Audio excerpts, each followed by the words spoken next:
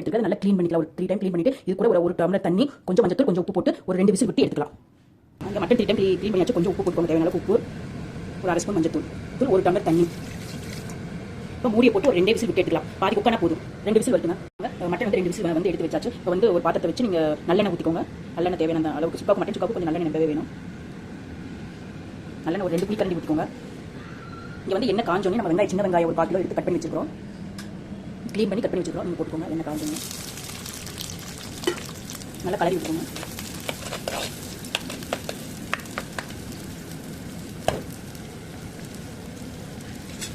வெங்காயம் போட்ட பிறகு நான் வரமிளகா காலத்துக்கு தேவையான ஒரு 4-10 வரமிளகா எடுத்து கட் பண்ணி வச்சுக்கிறேன். ஒரு கொத்து கருவேப்பிலை, கொத்தமல்லி தண்டு, இலை தனியாக கட் பண்ணி வச்சுக்கிறேன். தண்டு மட்டும் கொஞ்சம் ஒரு கைப்பிடி, ஒரு முடி தேங்காய் எடுத்து சின்னதாக கட் பண்ணி வச்சுக்கிறேன். இப்போ வந்து வரமிளகா, கருவேப்பிலை, தண்டு அதை போட்டுக்கலாம்.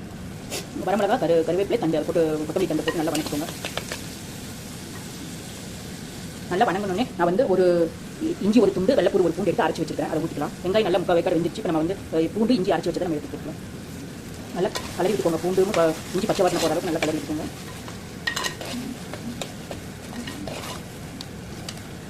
அப்படியே ஒரு 2 நிமிஷம் இருக்குது. பச்சை வாசனை போகணுன்னே தேங்காய் கட் பண்ணி வச்சு போட்டு அந்த 2 விசில் விட்ட மட்டன் எடுத்து நம்ம இதில் போட்டுக்கலாம்.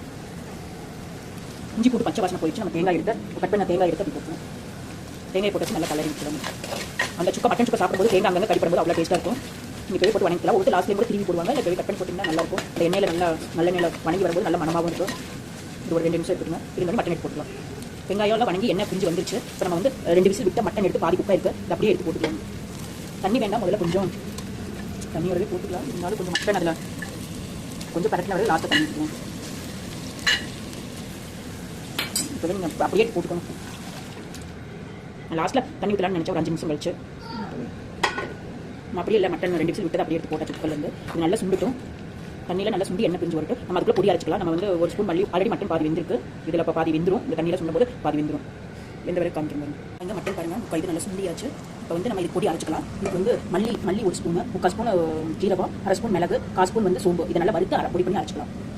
நல்லா சிம்மில் வச்சு கருக விடாமல் நல்லா வறுத்துக்கோங்க. நல்லா பொன்னிறமாக நல்லா பண்ண வறுத்தாச்சு பொடி பண்ணி அரைச்சிக்கலாம். கருக மட்டும் கருக விட்டு வாசம் போயிடும். இந்த வாசம் வரும்போது சிம்மில் வச்சு நல்லா வறுத்துக்கோங்க. நல்லா வறுத்தாச்சு ஆஃப் பண்ணிடலாம். நல்லா பொடி பண்ணிட்டு வந்துடலாம். பாருங்கள் நல்லா பொடி பண்ணியாச்சு. இப்போ நம்ம போட்டுக்கலாம். கொஞ்சம் தண்ணி இருக்கும்போது இப்போவே எண்ணெய் பிரிஞ்சு வந்துச்சு. இப்போ போட்டு நல்லா கலரிக்கலாம். நல்லா கலரி விட்டுக்கோங்க.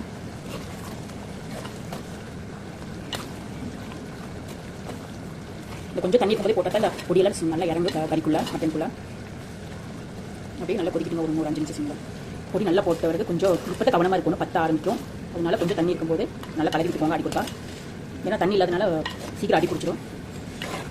மண் பாத்திரனால அவ்வளோக்கா அடி பிடிக்காது. இருந்தாலும் குக்கரில் சில்வர் பாத்திரத்தில் வச்சு சீக்கிரம் அடி பிடிச்சிடும். இதில் அடி பிடிச்சிடும். அடி கொடுத்து எடுத்து கலரி விட்டுக்கோங்க.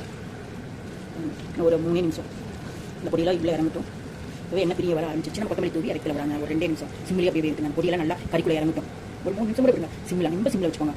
ஒன்றும் மட்டன் சுக்கா அவ்வளோ டேஸ்ட்டாக இருக்குது. சிம் ரெடி ஆகிடுச்சு. சுக்கா நல்ல மணக்கு மனமாக இருக்குது. பொடி போட்டோன்னு காலை வந்து உங்களுக்கு தேவையான போட்டுக்கணும். சுக்கா ரெடி ஆயிடுச்சுன்னா இந்த பதத்துக்கு இருந்தால் நல்லா இருக்கும். அப்போ சிட்டு ஆஃப் பண்ணி ஒரு 1/2 மணி நேரம் இருந்தால் ரொம்ப வறண்டு போயிடும். நாளைக்கு நம்ம கொத்தமல்லி தூள் போட்டு எண்ணெய் பிரிஞ்சு வந்துச்சு பாருங்க. எண்ணெய் விட்டாவே ரெடி. கொத்தமல்லி தூள் போட்டு கொத்தமல்லி தலை போட்டு இறக்கலாம். ஆஃப் பண்ணிடலாம். ரெடி பாருங்கள். சுக்கா ரெடி. கலரி விட்டு கூட பாருங்கள். அடி பிடிச்சிடும். அடி பிடிக்கும் பாருங்க.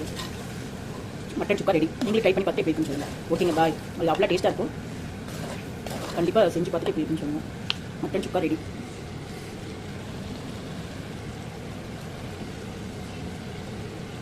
ஓகேங்க பாய்.